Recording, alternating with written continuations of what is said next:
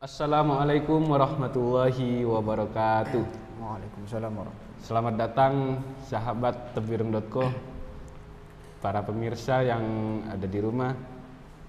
Pada kesempatan kali ini tebireng.co kedatangan tamu, salah seorang santri Tebuireng yang berasal dari luar negeri.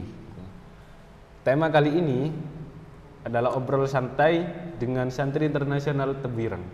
Kita ketahui Tebuireng sebagai salah satu pesantren tertua di Indonesia telah sejak lama dikenal oleh masyarakat mancanegara. Nah, maka sekarang kami berinisiatif untuk mengetahui apa saja sih latar belakang mereka, kenapa kok bisa mengenal Tebuireng, dan seperti apa kisah perjalanan mereka dari negara asalnya hingga sampai ke Tebuireng ini sendiri. Di sini telah duduk di samping saya salah satu santri yang saya sebutkan tadi. Mungkin bisa perkenalkan diri dulu. Bismillahirrahmanirrahim. Ya. Assalamualaikum warahmatullahi wabarakatuh. Waalaikumsalam warahmatullahi wabarakatuh. Perkenalkan, nama saya Joharis bin Asis. Saya berasal negeri jiran, negeri tetangga, yaitu Sabah, Malaysia, Borneo. Dan Udah. Ya, kita ngobrol santai saja kan. Saya panggil Kang aja ya, biar lebih akrab gitu. Pertama kali mendengar nama Tebuireng dari siapa sih? Jadi macam nih. Sebenarnya ceritanya agak panjang. Insya Allah saya akan pendekkan. Jadi sebelum saya atau kami mengenal pesantren Tebuireng, jadi itu sebelumnya kami sudah mondok di salah satu pondok yang berada di Indonesia, yaitu terletak di Sulawesi Selatan. Nama pondoknya Pesantren As-Sa'diyah. Itu terletak di Sulawesi Selatan, Sengkang. Selama berada di sana selama 3 tahun, awalnya itu, ini saya mau cerita sedikit. Awalnya itu perjalanannya, saya itu setelah selesai atau setelah tamat sekolah, yaitu sekolah SMA ya. Kalau bahasanya di sini sederajat sama SMA. Kalau di Malaysia itu dipanggil sekolah menengah kebangsaan, SMK. Nah, saya dengan kawan saya berdua, yaitu teman saya namanya Ikram, berdua itu diantar oleh guru saya atau ustadz kami, diantar ke Indonesia setelah tamat sekolah, langsung diantar ke Sulawesi Selatan untuk belajar ilmu agama. Dan di sana kami selama 3 tahun belajar ilmu agama, tapi dalam bidang Al-Quran, yaitu tahfidz Quran. Soalnya kenapa? Yang saya lihat di Malaysia itu kurangnya pondok-pondok pesantren yang seperti di Indonesia, dan kurangnya ulama-ulama yang berada di Indonesia. Nah, dari situ 3 tahun, dan setelah itu guru saya, ustadz kami yang di Malaysia itu meninjau ke Pulau Jawa. Bahasanya kalau di sini survei ya, survei di Pulau Jawa itu untuk memasukkan kami pondok pesantren yang berbasis kitab kuning. Soalnya waktu kami di Sulawesi itu tidak ada belajar mengenai kitab kuning, khususnya belajar Al-Quran. Ya, Al-Quran sama menghafal Al-Quran. Tahfidz Quran. Jadi meninjau. Jadi sebelumnya itu ada 3 pondok yang beliau tinjau. Salah satunya Pondok Gontor, kedua Tebuireng, dan yang ketiga itu Dalwah. Tapi insya Allah karena beruntungnya kami, karena guru saya itu melihat murid-muridnya ini untuk mendalami tentang aswaja yang lebih dalam lagi. Karena kita ketahui di Malaysia itu banyaknya kemasukan aliran-aliran atau fahaman-fahaman yang selain daripada aswaja Ahlussunnah wal Jamaah. Jadi beruntung sekali kami mengenal namanya pesantren Tebuireng, karena yang kita ketahui bahwa Oase Aswaja. Iya, bahwa Tebu Ireng ya. pendiri Nahdlatul Ulama itu Kiai Haji Hadratus Syekh Kiai Haji Muhammad Hasyim Asy'ari sebagai salah satu perintis pertama pesantren Tebu Ireng. Iya iya. Berapa orang dari Malaysia yang seangkatan dengan sampean? Yang seangkatan saya itu sekitar 2 orang. 2 orang. Tambah 1 3 orang berarti. Oh, 3 orang. Yang ke Jawa itu, ke Pulau Jawa itu cuman ada 3 orang. Tapi masih ada junior-junior kami yang datang dari Malaysia ke Indonesia untuk menimba ilmu, tapi masih dalam proses pembelajaran di Sulawesi Selatan. Pembelajaran Itu juga ini dipersiapkan untuk masuk ke Tebu Ireng juga. Insya Allah Oh. ke depannya. Maksudnya Regenerasi ya? Nggih. Regenerasi. Iya, iya. Berarti berangkat ke Tebu Ireng itu atas rekomendasi guru sampean gitu. Benar sekali, betul sekali. Iya iya iya. Sudah berapa lama di Tebu Ireng, Mas?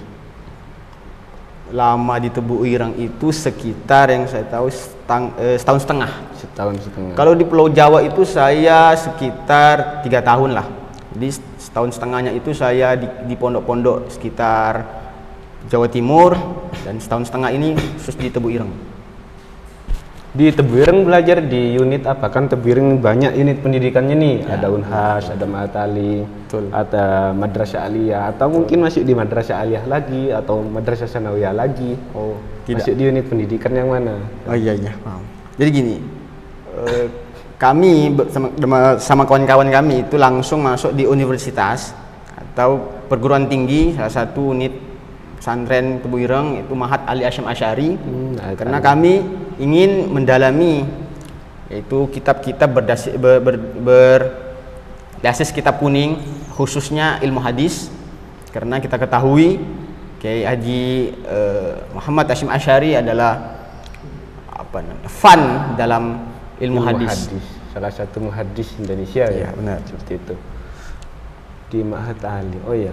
Saya dengar-dengar di Mahat Ali itu ini proses belajar mengajarnya itu tidak sama dengan perguruan tinggi yang lain. Misalnya pakai bahasa Arab, terus seluruh sumber referensi ajarannya pakai kitab kuning semuanya.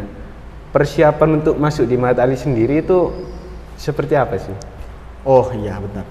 Jadi persiapannya itu yang paling pertama, untuk masuk Mahat Ali itu adalah mental. Kenapa saya berani mengatakan mental? Karena banyak kawan-kawan saya yang khususnya dari Malaysia itu ketika ingin mondok di suatu pondok di Indonesia itu nggak tahan mentalnya. Jadi banyak yang keluar, banyak yang pengen pulang. Karena apa? Karena jauh dari rumah, rindu orang tua. Alasannya, jadi pengen tidak mondok di Indonesia. Jadi yang pertama mental, yang kedua itu yang harus kita siapkan untuk masuk di Tebu Ireng, yaitu khususnya Mahat Ali Hasyim Asy'ari. Yang pertama yaitu dalam segi kitab kuningnya.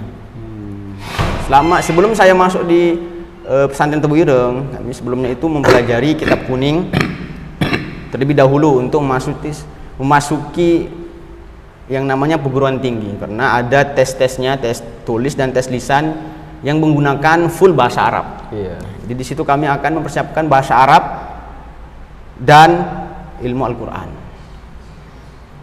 Iya. Setelah setelah tahu kalau sampean dan beberapa temannya ya, 3 orang ya, 3 orang temannya belajar di Indonesia dan di pesantren Tebu Ireng, kesan orang sekitar itu gimana sih? Seperti teman-teman sampean yang lain atau keluarga sampean. Oh, iya. Itu kan banyak orang yang sampean kenal di Malaysia gitu. Benar. Pas tahu kalau sampean dan kawan-kawan masuk di Tebu Ireng, apa respon mereka gitu? Nah, gini. Seperti ini, menurut saya itu orang yang masuk di pesantren Tebu Ireng khususnya itu adalah orang-orang yang beruntung. Kenapa?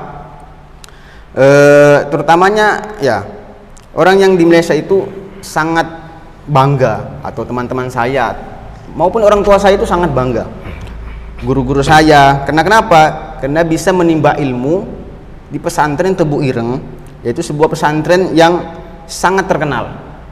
Ya. Karena kita ketahui di pesantren Tebu Ireng adalah suatu pesantren yang sangat terkenal, maupun kitab kuningnya atau barokahnya. Banyak alumni yang jadi ulama gitu ya. Nah, Jadi umara Betul, dan betul. semacamnya. Berarti memang kalau perbedaan ini nuansa belajar antara Indonesia dan Malaysia.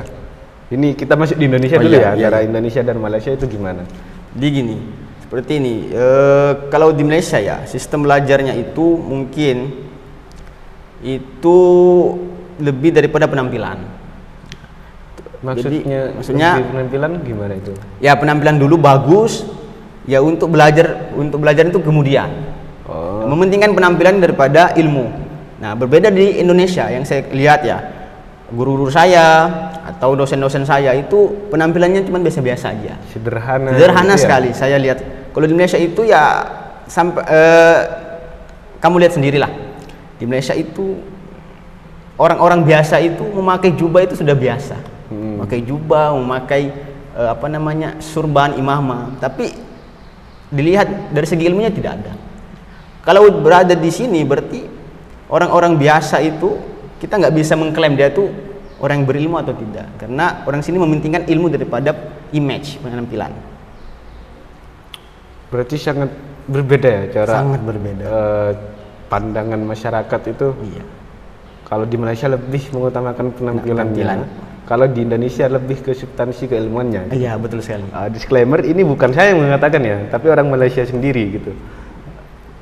Bahwa memang perbedaan antara Indonesia dan Malaysia ya seperti ini adanya. Gitu. Iya, betul sekali. Setelah masuk di Tebu Ireng, yang pertama kali Anda rasakan itu apa sih? Yang pertama sekali saya rasakan itu sangat berterima kasih lah. Nah, sudah bisa masuk suatu pesantren yang terkenal, karena soalnya saya itu takut akan saya itu dan kawan-kawan saya itu tidak bisa diterima di Tebu Ireng. Iya. Nah, kita ketahui banyak yang ingin masuk anaknya, tapi tidak bisa karena ada kendala atau tes yang memungkinkan mereka tidak bisa masuk. Alhamdulillah kami diterima dengan lapang dada. Berarti sangat-sangat berterima kasih karena kami datang dari jauh, tapi kami dilayani sebagai raja. Alhamdulillah. Kalau ini kan sudah menjelang Ramadan, biasanya Tebu Ireng itu Ramadan kalau yang santri biasanya saya dengar itu hataman di pondok. Terus kalau yang Mahatali pulang lebih dulu gitu. Rencana pulang ke Malaysia Ramadan kali ini atau gimana? Nah, ini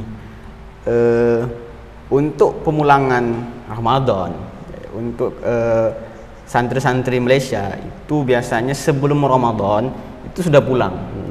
Jadi ustadz-ustadz kami yang di Malaysia itu pengen sekali bawa kami pulang karena mau dilihat ilmunya, mau dilihat hasilnya gitu ya? ke masyarakat, karena diperlukan, karena sudah setahun lebih atau sudah biasanya itu setahun sekali baru pulang. Jadi melihat hasilnya mana. Ya.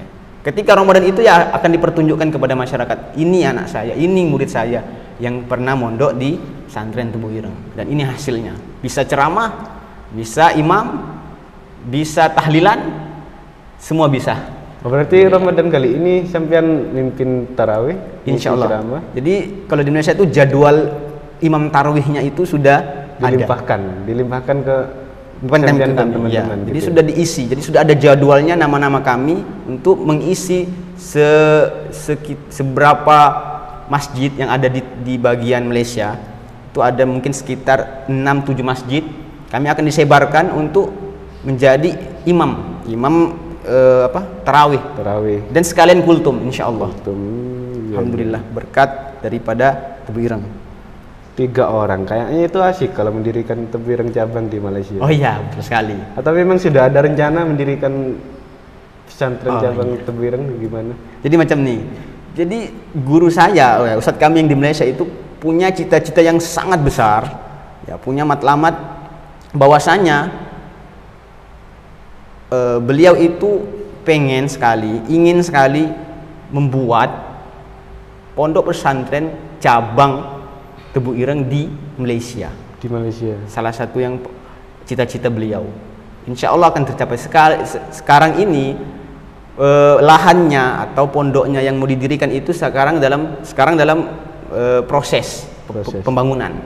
Oh, berarti memang sudah ada lahan yang siap. Ada lahan disediakan. Tinggal mohon restu ke pengasuh gitu Itu yang saya maksudkan. Wacana ini apa sudah didengar oleh pihak Tebireng sendiri atau gimana? Oh iya. Wacana tentang pendirian pesantren cabang di Malaysia gitu. Jadi untuk untuk kedepannya lagi, jadi Ustadz saya, guru kami yang di Malaysia itu sudah konfirmasi sebelumnya ke Rektor Mahat Aliyah Syekh Asy'ari, yaitu Mudir Yai Hanan, sudah konfirmasi kepada beliau untuk membuat cabang pesantren Tebu Ireng di Malaysia, dan beliau merestui.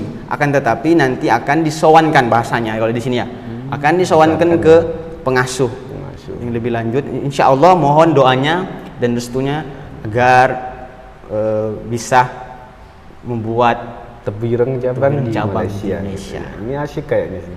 Tebu Ireng tidak hanya menusantara tapi juga mendunia gitu. Iya. Setelah lulus ya itu Mas. Rencananya setelah lulus kan ya? Kalau setelah lulus itu, ya betul sekali. Setelah lulus itu akan proses masih dalam proses pembuatan, masih dalam proses pembangunan pesantren. Tapi rencananya setelah lulus itu kami yang berada di Malaysia, pesantren yang berada di Indonesia, pesantren Malaysia itu akan dikirim atau nanti S2-nya itu insya Allah di bagian Timur Tengah. Itu rencana, itu rancangan, bahasa Malaysia itu rancangan atau kedepannya nanti. Insya Allah setelah Mahat Ali Timur Tengah, baru balik ke Malaysia untuk mengabdi gitu. Ya. Tapi ya seperti itu, kami bukan cuma 3 orang, masih ada junior kami yang akan meneruskan perjuangannya guru kami yang di Malaysia. Sebentar, ini kan sampean nih sudah ada di Tebu Ireng dengan teman-temannya yang seangkatan, terus masih ada lagi yang akan menyusul sampean. Ini bentuknya beasiswa dari guru sampean atau dari negara atau memang dari pribadi cuma berangkat melalui rekomendasi dari gurunya gitu? Oh ya, ini seperti apa sih sistemnya? Ini sangat menarik pernyataannya. Jadi seperti ini. Jadi memang waktu kami ingin diantar ke Indonesia untuk menimba ilmu, menuntut ilmu, jadi kami tidak ada mengambil satu pun beasiswa yang dari Malaysia. Akan tetapi guru saya sendiri itu meninjau, survei pondok-pondok yang agak murah, seperti pondok pesantren Tebu Ireng ini. Dan di Mahat Alinya sendiri itu tidak ada dikenakan pembayaran, bahkan beasiswa full. Ya, makanya dari sini kami memang volunteer, maksudnya itu sukarela, tidak ada sangkut paut beasiswa dari Malaysia. Makanya ini dari sokongan daripada keluarga sendiri yang membagi material, uang untuk pembelian kitab dan sebagainya. Berarti cuma atas arahan gitu atas ya? Arahan guru saya. Iya. Selama di Tebu Ireng sudah 1 tahun, mesti kan ada sih sudah merasakan nuansa belajar itu Tebu Ireng. Alhamdulillah. Terus kelebihan dan kekurangan Tebu Ireng mesti juga sedikit paham lah apa saja.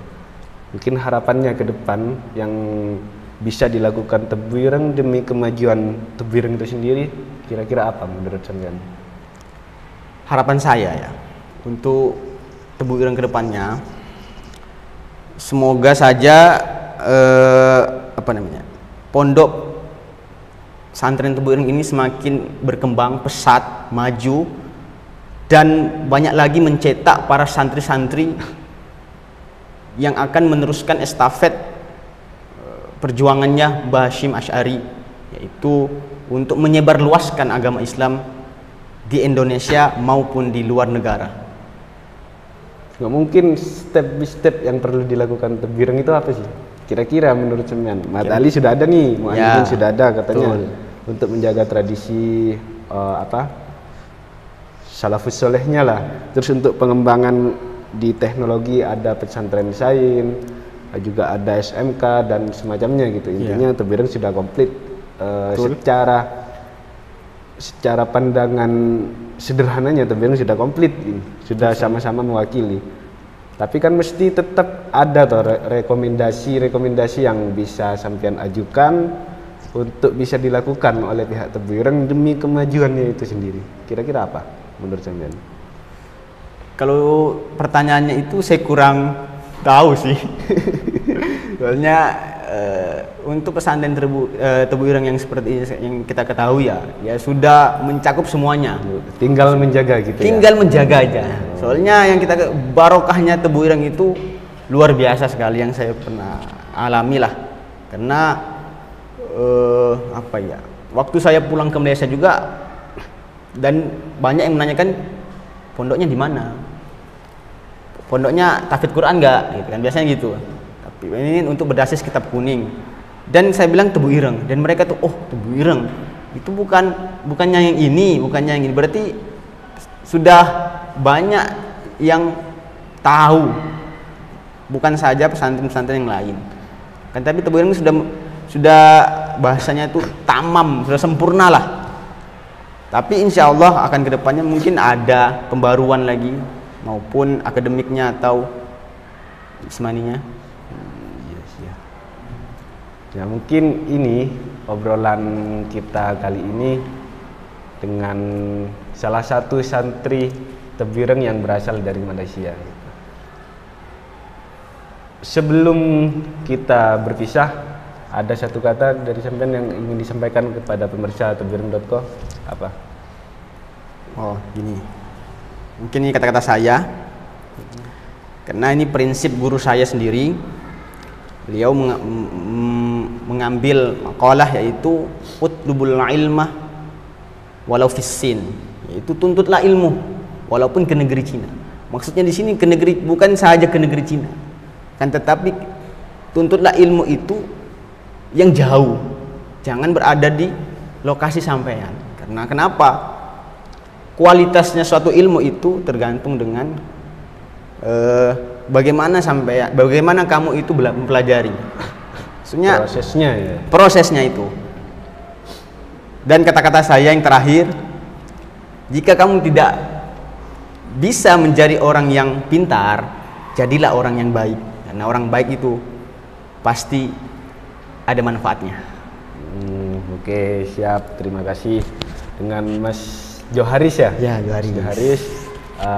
Inilah obrolan kita kali ini tentang seputar Tebuireng dan kesan-kesan pesantren Tebuireng di mata santri internasional dan sedikit kesan Tebuireng di masyarakat internasional seperti familinya, teman-temannya yang ada di sana gitu.